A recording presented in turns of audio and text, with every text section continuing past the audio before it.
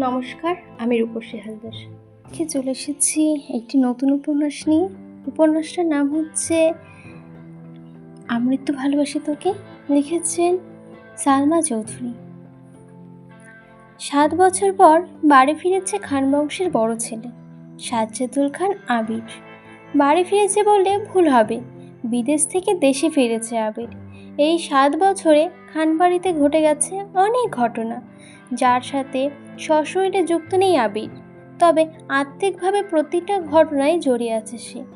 আবিরের বাবা চাচা 3 জন। আবিরের বাবা সবার বড়, নাম আলী মোহাম্মদ খান। তানভীরের বাবা মেজো, নাম মোজাম্মেল খান। ছোট চাচুর নাম ইকবাল খান। আবির তার বাবা মায়ের একমাত্র ছেলে। মেজো চাচা মানে মোজাম্মেল খানের এক ছেলে এক মেয়ে। ছেলের নাম তানভীর, মেয়ের নাম মাহাদিবা খান মেঘ। ছোট চাচার এক মেয়ে এক ছেলে, ছেলের নাম মিম, মেয়েটার নাম মিম আর ছেলের নাম আদি। এখনও তারা এলাকার যৌথ পরিবারের মধ্যেই সৃষ্ট। বাড়ির সকলের প্রাণ যেন এক সুতে বাঁধা। 5 ভাই বোনের মধ্যে আবির সকলের চোখের মণি। আবিরের জন্মের পর তার বাবা মা দ্বিতীয় সন্তান নেওয়ার চিন্তা করেনি। এইচএসসি পর্যন্ত সে বাড়িতেই ছিল সবার নয়নের মণি। আবিরের চাঞ্চল্য মেতে থাকতো খানবাড়ি। আচমকা যেন পরিবেশটা পাল্টে গিয়েছিল। 18 বছর বয়সে আবির হঠাৎ করে স্কলারশিপে বিদেশে পড়তে যাওয়া। বাড়ির সকলের সাথে শারীরিকভাবে যেমন দূরত্ব বেড়েছিল, তেমনই দূরত্ব বেড়েছিল মানসিকতার। 7 বছর পূর্বে আবিরের সাথে বর্তমান আবিরের আকাশ পাতাল পার্থক্য। দেখেও যেন চেনার উপায় নেই। 6 ফুট লম্বা ছেলেটা, গায়ের রং শ্যামলা, গাল ভর্তি চাপদাড়ি, চুলের স্টাইল কোনো নায়কের থেকে কম না। তার ফ্যাশন, তার লুক আরও যে কোনো মেয়ে এক দেখাতেই প্রেমে পড়তে বাধ্য। প্লেনে বসে আবির অবলীলায় ভেবে যাচ্ছে অতীতে ফেলে আসা স্মৃতিগুলো, সেই চাঞ্চল্যপূর্ণ মুহূর্তগুলো এখন শুধুই স্মৃতির পাতায়। মাকে রেখে এসেছিল সেই যৌবনের প্রথম দিকে, যখন তার বয়স ছিল সবেমাত্র 18। সে বয়সেই মাই ছিল তার একমাত্র বন্ধু। আজ সে 28 বছরের যুবক। এতগুলো বছরে একটাও বাদ যায়নি এমন দিন যেদিন মার সাথে তার কথা হয়নি ফোনে। বাড়ির সকলের সাথে মোটামুটি কথা বলার চেষ্টা করেছে। ছোটবেলার স্মৃতিগুলো ভাবতে ভাবতেই নিজের দেশে পৌঁছে গিয়েছে আবির। এয়ারপোর্টে আবিরের বাবা আলী মোহাম্মদ খান আর তানভীর দাঁড়িয়ে আছে। তানভীর সম্পর্কে তার চাচাতো ভাই আর বয়সে 2 বছরের ছোট, কিন্তু দুজনের বেস্ট ফ্রেন্ড বা কলিজার বন্ধু বলা চলে। তানভীর আবিরকে দেখে দৌড়ে এসে জড়িয়ে ধরল।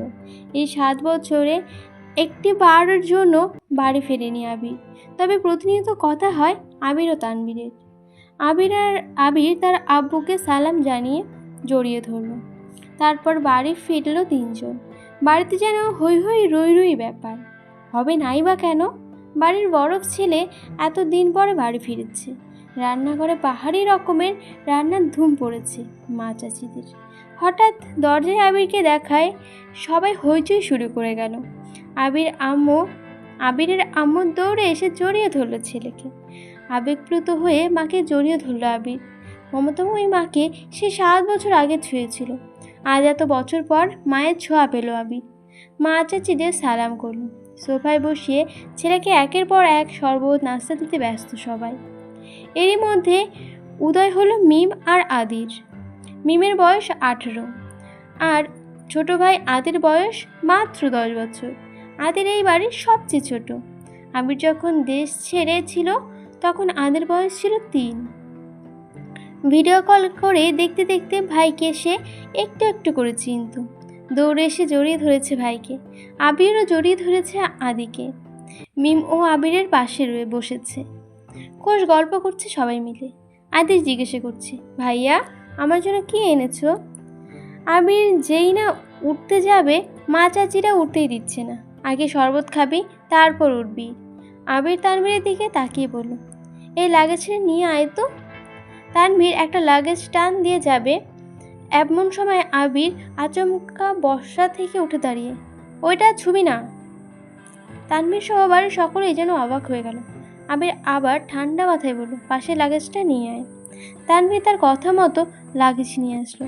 লাগেজ খুলে যে যার মতো জিনিস বের করছে আর জিজ্ঞাসা করছে, এটা কার, ওইটা কার। আবির শরবত খেতে খেতে উত্তর করছে, আদির জন্য বিদেশ থেকে দামি দামি খেলনা, মিমের জন্য ড্রেস, কসমেটিক্সের বাক্স, মা কাকিদের জন্য অনেক গিফট, তানভীরের জন্য মোবাইল, একটা ল্যাপটপ ও অন্যান্য গিফট। আলাদা অন্যান্য ল্যাপটপও আছে। মিম জিজ্ঞাসা করছে, ভাইয়া এই ল্যাপটপটা কি তোমার? আবির উত্তর দেয় না। না, এটা মেঘের। মেঘের মা? হালিমা খান জিজ্ঞাসা করলেন, মেঘের ল্যাপটপ কি দরকার বাবা? আবির, ওর তো এইচএসসি পরীক্ষা শেষ, সামনে অ্যাডমিশন টেস্ট আছে, অনেক কিছু জানার বা পড়ার দরকার আছে, মোবাইল দেখে পড়ার থেকে ল্যাপটপে সুবিধা হবে, তাই নিয়ে আসলাম। মিম, আমার জন্য নিয়ে আসতে একটা। আবির অবলিত হেসে উত্তর করে, তোর 18 বছর বয়স হলে তোকেও কিনে দেবে একটা, চিন্তা করিস না। মিম খুশিতে গদগদ হয়ে উঠল। ধন্যবাদ ভাইয়া। বাড়ির হইচই শুনে ঘর থেকে বের হলেন ছোট চাচা ইকবাল। আবির চাচ্চুকে দেখে সালাম করতে যায়। চাচ্চু বাধা দিয়ে জড়িয়ে ধরেন ভাতিজাকে। ইকবাল খান বাড়ির সকলের দিকে এক পলক তাকিয়ে নরম স্বরে বলেন, এতদিন এই বাড়িটা পূর্ণতা পেল। ইকবাল খানের জন্য আনা উপহার আবির নিজের হাতে চাচ্চুকে দিল। বাকিদের জিনিসগুলো একটা একটা করে দিল আবির। মেজা চাচ্চু মানে মোজাম্মেল খান বাসায় নেই, তাই ওনার জন্য আনা গিফট যত্ন করে রেখে দিল আবির। লাগেজে পড়ে আছে একটা বাক্স, সেটা র্যাপিং পেপারে মোড়ানো, আর একটা র্যাপিং ব্যাগ। আদি জিজ্ঞাসা করেছে, ভাইয়া এটা কার?